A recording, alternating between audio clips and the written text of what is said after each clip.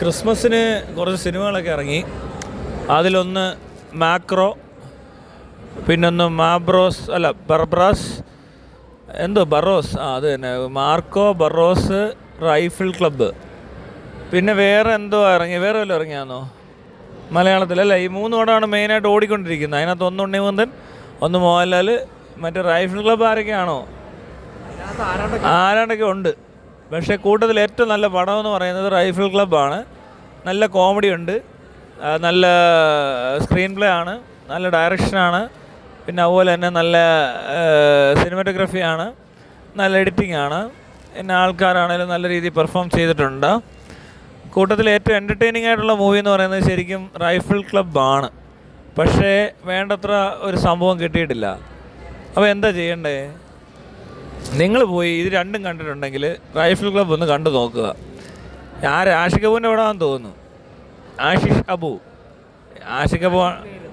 ആഷിഖ് നീരജ്, നീരദ്, ആഷിഖ് നീരദിൻ്റെ പടമാണ്.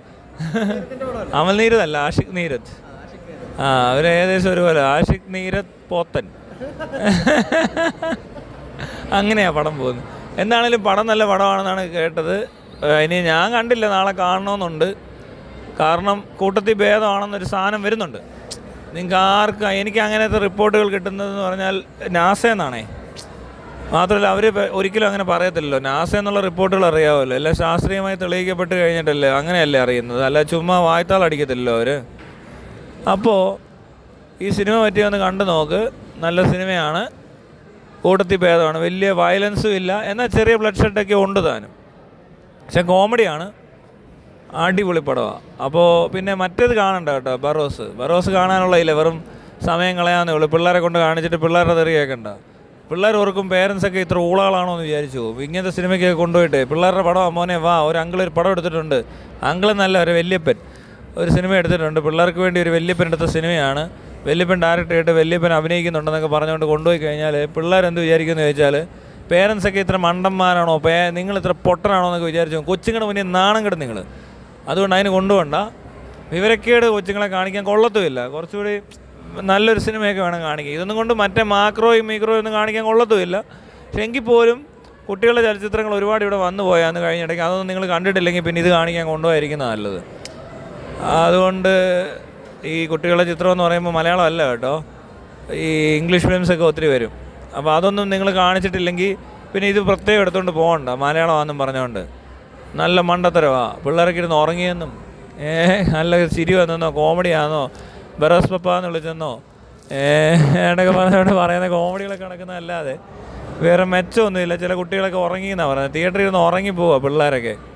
വലിയവർക്കും കാണാൻ കൊള്ളത്തില്ല, പിള്ളേർക്കും കാണാൻ കൊള്ളാത്തൊരു പടമാണ് മോഹൻലാൽ 1650 ദിവസം കൊണ്ട് ഉണ്ടാക്കിയെടുത്തത്. ഇതിന് വേറെ ഇപ്പോൾ വല്ല ഇവിടുത്തെ വല്ല പശുവിനെ ആടിനെയൊക്കെ കാണിക്കേണ്ടി വരും. വല്ല മൃഗങ്ങൾക്ക് വേണ്ടി ഇനിയുള്ള സിനിമ എടുക്കുമോ കുറച്ച് കഴിയുമ്പോൾ? ഇപ്പോൾ കുട്ടികളുടെ പരിപാടി കഴിഞ്ഞല്ലോ, നാണം കെട്ട നാറിയല്ലോ. 3Dയിൽ നാണം കെട്ട ആദ്യത്തെ ഡയറക്ടർ, അല്ല ആദ്യത്തെ നടൻ, കുട്ടികളുടെ മുന്നിൽ നാണം കെട്ട ആദ്യത്തെ സൂപ്പർ സ്റ്റാർ, അങ്ങനെ ഒരുപാട് ഇങ്ങനെ പൊൻതൂവലുകൾ. ഒരു പൊൻതൂവൽ എന്ന് പറഞ്ഞൊരു കൺസെപ്റ്റ് ഉണ്ടാകുന്ന ഇപ്പോൾ മോഹൻലാലിൻ്റെ ശരീരം മൊത്തം പൊന്തിയവലായനെ, തലേ മാത്രം ആയിരിക്കത്തില്ല, കുണ്ടിക്കകത്ത് വരെ കയറ്റി വെക്കേണ്ടി വരും, അത്രയും പൊന്തൂവലുണ്ട്. മയിലായി പോനെ പുള്ളി. എന്നിട്ട് പൊന്തൂവൽ വിടർത്തി ആടിയന്. അത്രയ്ക്ക് നാണം കെട്ടൊരവസ്ഥയാണ്. ഇനിയെങ്കിലും ഈ പരിപാടി നിർത്തി പോകാനേ ഞാൻ പറയത്തുള്ളൂ. വല്ല TV ഷോയ്ക്ക് വല്ലതും ആണെങ്കിൽ നമുക്കൊന്നും ഇങ്ങനെ പറയേണ്ട ആവശ്യം വരത്തില്ല. ബിഗ് ബോസിനെ പറ്റിയൊന്നും ഞാൻ പറയാറില്ല. ഇത് സിനിമ ആയതുകൊണ്ടാണ് ഈ പ്രശ്നം. സിനിമയാണ്ട് നിർത്തിപ്പോക്കോ. ഏറ്റവും നല്ല പരിപാടി അതാ. പരിപാടി അങ്ങ് നിർത്തിക്കും, ഒന്നിനും കൊള്ളത്തില്ല. തീർത്ത് പറയാമല്ലോ, സിനിമയായിട്ട് ബന്ധപ്പെട്ട ഒരു പരിപാടിക്കും കൊള്ളത്തില്ല. ഇനി വരാൻ പോകുന്ന എല്ലാം പൊട്ടും, നിരത്തി പൊട്ടും. അയ്യോ, ഇനി 2025 കുറേ പടം പൊട്ടിച്ച് കഴിയുമ്പോൾ നിൽക്കുമെന്ന് വിചാരിക്കുന്നു. പക്ഷേ അയാൾ നിർത്തത്തില്ല, പിന്നെയും വരും. ഇയാൾക്ക് വേറെന്തോ പ്രശ്നമുണ്ടെന്ന് തോന്നുന്നു. എന്ത് ചെയ്യും ഇങ്ങനെ? എന്തേലും ആട്ടെ. അപ്പോൾ നിങ്ങൾ റൈഫിൾ ക്ലബ്ബ് കാണുക, എന്നിട്ട് പറ എങ്ങനെയുണ്ടെന്ന്. ആരെങ്കിലും റൈഫിൾ ക്ലബ്ബ് കണ്ടവരുണ്ടെങ്കിൽ കമൻ്റ് ഇട്ടോ, നാട്ടുകാർ അറിയട്ടെ. അല്ലെങ്കിൽ തീട്ടപ്പടമൊക്കെ പോയി